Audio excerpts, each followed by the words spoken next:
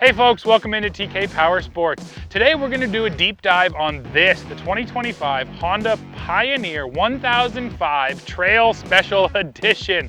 Yes, that is a mouthful, but what that means is that this model is meant to go out there and have fun on the trail, and then because it's a special edition, it gets all sorts of features, and I want to tell you all about them. So in this video, we're going to do a real in-depth walk around and figure out whether this Honda really can do it all.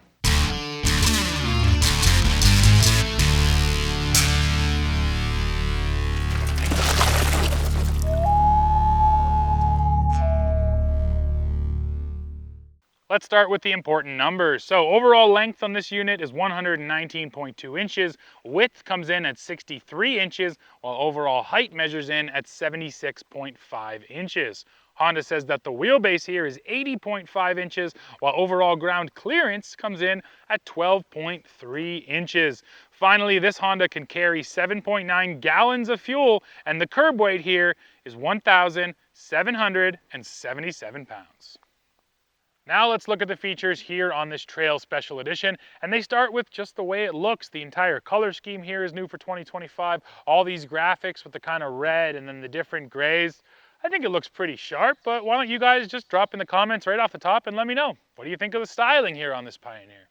Powering this unit is a 999cc parallel twin engine, and that has not changed for 2025. And what really sets the Pioneer apart, and what sets most Honda off-road products apart, is this uses a 6-speed dual clutch transmission. So unlike just about everything in this segment, which uses a CVT, a belt-driven transmission, this is a real gear-on-gear transmission. And I think it's a nod to, the automotive side of Honda, because they use dual clutches in a ton of their road-going vehicles as well. So that is one of the main features that sets this Pioneer apart, but let's keep looking at everything else. Now, because we have the Trail Special Edition, we're getting things which come from the accessory catalog, like this plastic windshield up here. It is a tip-out windshield. We are getting a roof straight from the factory, and one thing I noticed on the roof I want to point out, I like how much overhang there is here, sort of in front of this windshield, this big overhang. Sometimes you can get roofs that stop right where the roll cage stops,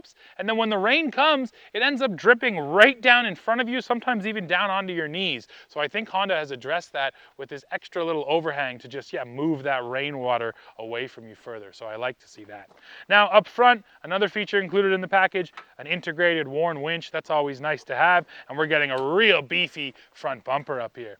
Now for front suspension, this is a dual A-arm setup, very typical. Your travel up here in the front is 10.5 inches, travel out back is 10 inches. And one thing I'll mention about the rear suspension right now, it is auto load leveling. So this is a passive system. Essentially, if you put weight on those shocks, as you bounce down the trail or the road, they will sort of pump themselves back up and sit at a nice even level, and that's important when you're towing or even when you're hauling people or stuff in the back. You want that level attitude. So that's one of the tricks that the suspension has. The other thing I have to point out, these are Fox QS3 shocks. That's quick switch 3, and that's because there's 3 different damping settings on them, so you can get in there and dial in your settings as you want. And then right in front of those shocks, a set of 27-inch tires. So rolling back, you're going to see this is another sort of unique Honda thing. They give you the nets and the doors, but they're independent of each other. So your door opens extremely wide, and I like to see that. And then you have to open the net separately, and then you can climb in. And we'll climb in just a moment. But first, I want to show you what's going on back here, because this is the other sort of feature that really sets this Pioneer apart, the dump bed. This is a fully dumping bed, but it also has seats in it. So first, let me show you how it dumps. Up it goes. Now you're gonna notice these cargo nets back here, they kind of tuck up out of the way, but that is really nice to have the dumping bed, to have that capability. But now let me show you the real party trick. So we can release these nets now. Actually, we'll leave the net up, we'll do that last. So we open these little side doors. Again, I like how wide those open, that's great access. And you'll see that the floor here has these cutout seats in it. So we throw that guy up, bring this little seat back down, and you have a little jump seat right there. And again, Honda is trying to offer everything in the back of this Pioneer. They're trying to give you the option to haul people and the option to haul stuff. And I actually really like this setup. Maybe you just want one person back here, but you want to keep your cargo over there. You can do that as well. So yeah, definitely a neat setup. And this is unique. There's no other side-by-sides on the market that have this exact sort of combination of features. And then once you're set up here, you can buckle your nets in and yeah, keep those rear passengers safe. And then same thing over here on the other side. And this really is one-man operation. You can do this all by yourself. It's quite quick and easy. And bam. But now for maybe the most important part, I'm going to climb in. And I'll show you the problem. And that is, I actually fit okay. It's not terrible. The real issue is how tall this floor is. There's no footwells back here. My knees are way too tall right now. So yeah, this is not a very comfortable seating position. If I had someone next to me too, I'm spilling over a little bit, I feel like, into their seat. And then there is a big hump down here to accommodate the powertrain. This is the engine right here. So my feet are also pushed over to the right. And then the grab bar is a little small. I think what I'm getting at here is these seats, they're not great for adults. For kids, absolutely, maybe teenagers. But for most full-size adults, you're not going to be that comfortable back here. And it's straight up a compromise. Honda has designed a system which does 3 different things, sort of dump, hold cargo, and hold people, but it doesn't do any of them great. It just sort of does all of them just well enough. So if that combination is something you're looking for, this is a good option, but there's definitely other side-by-sides on the market that have better back seats and better dump beds, just no side-by-sides that have all of those things. So let me climb back out now.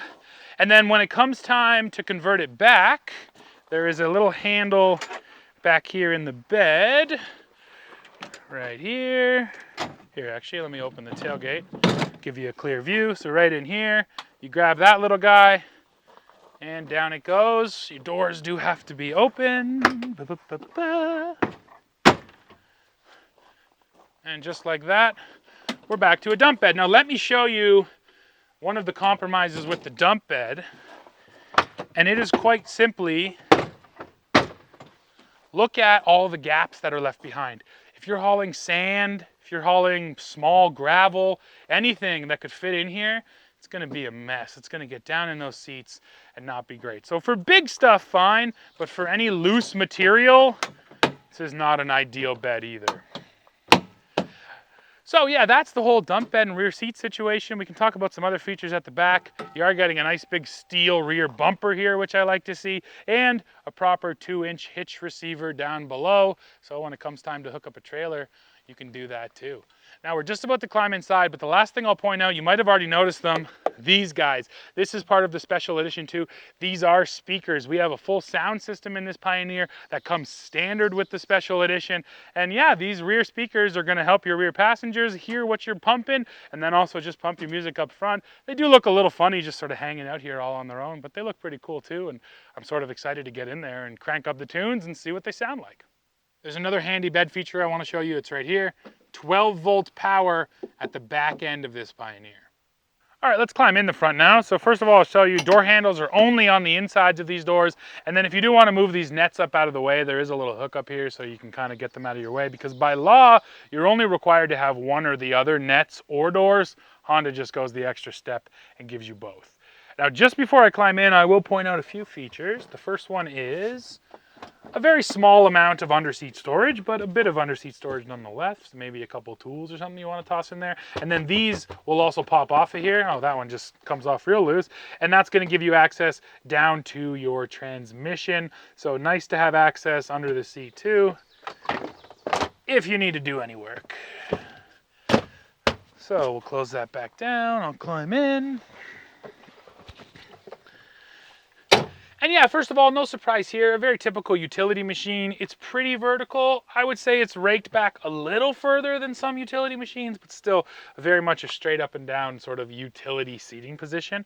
And I fit really good in here. I mean, loads of headroom, so no problem with the helmet. This steering wheel also does tilt, and it tilts quite a bit.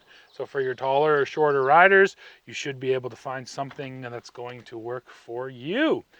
Now we'll go through the features. The first one you're going to see right in front of me, paddle shifters. We do get some real paddles here, and because it's that real DCT transmission, you're actually going to get some real shifts banging off. So that's not something you see in very many side-by-sides.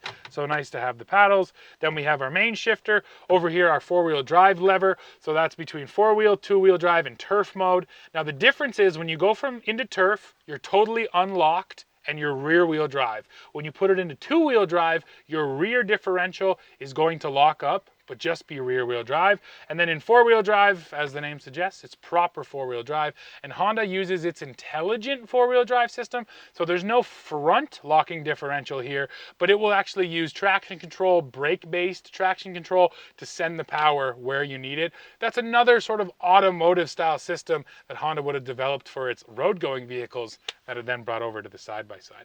Now just next to that, you're gonna see here is my stereo screen right here. They build it right in to this little storage cubby, and yeah, it's nicely integrated. And again, we'll have to crank that up soon and see how it sounds. And then we do get a glove box over here. That's fairly deep, just beyond my wrist there. So nice to have the glove box, and of course a pair of cup holders as well. Now down below, this is what I really like to see, a big bin. There's actually two nets in this one, so a net closer in, a net further out. This one has a net out here too. That one's got its net. It's a utility machine. There should always be lots of storage, and I feel pretty good about all these big bins and nets down below. Now when it comes to the switches here, we do have interior lights here in this Pioneer because it is that trail edition. So those lights down by your feet, which are going to light up sort of the cab. There's my winch control right there. These are my exterior lights. Now there's different modes here. So you have automatic and you have a manual mode. Manual mode means it's not going to shift. You have to shift using these paddles. And then sport mode, as the name suggests, just going to bang off those shifts a little quicker, probably hold them a little longer as well. Then finally, we do have a hill hold feature too. You have to actually turn it on, but if you're stopped on a steep hill, hit that button. When you lift off the brake and move over to the gas, the Honda will hold on to itself and it won't roll whatsoever. So yeah, nice to have the hill hold. And again, another kind of automotive inspired feature which would have come from its road going vehicles. That's pretty much it for interior. We're also getting a big mirror up here, and I'm a big fan of rear view mirrors on any of these machines, so that's nice to have as well. And at this point, you're probably saying, well, why don't you go for a ride? Well, this video is just the walk around video. We're going to do a full ride review here on the channel, and actually, we're gonna get a Yamaha to compare this thing to, so make sure you stay tuned for that video if you wanna see how it actually works out on the trail. Let me show you the access up here underneath this hood and what Honda is letting you get to. So all kinds of stuff under here. I like to see the battery. It's always nice to be able to get to your battery easily. This is your air box right here, so you can change out your air filters. And always good to know where your machine is breathing from, because you never want to get water that's deeper than this. You got coolant down here. And then what's nice is Honda offers these pre-wired spots for different accessories, and they have cutouts up in the dash so you can add in switches. So yeah, nice to have some access to some power. And then of course your fuse panel is right down here too if you got to get in and swap out some fuses. So yeah, really nice access up here in the front for those who want to do some of their own maintenance. Well folks, we're coming to the end of this one.